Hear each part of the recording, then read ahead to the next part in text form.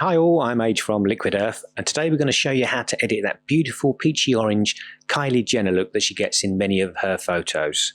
And we're going to use just the iPhone inbuilt app. So the first thing you need to do is navigate to your image.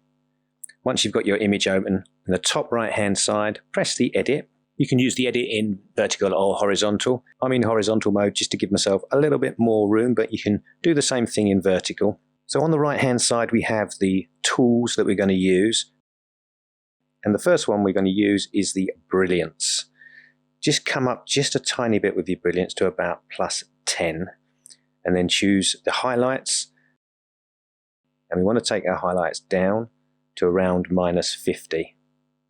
Next up is shadows.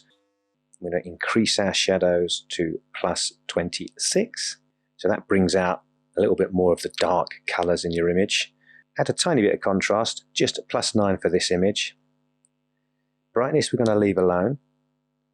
And the black point we're going to take down to -25, and that's going to take the deep blacks into the dark greys. It gives you a beautiful matte look.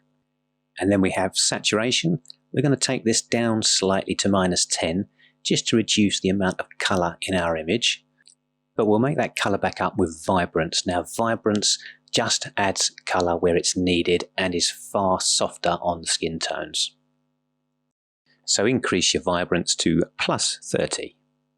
Next is the warmth. We're going to come up with +30 on our warmth. And then we've got tint. We're going to come up to +17 on the tint. And that's done. So if you press the image, you can see the original and then the edited version. And that's how to quickly edit like Kylie Jenner, that beautiful orange peachy look. Now if you want to go further and save that as a filter preset, you can with a free program called Lightroom. On screen now is a link to my Lightroom tutorial. Take a look and then you can save that preset and apply it very simply to any other image with just one click.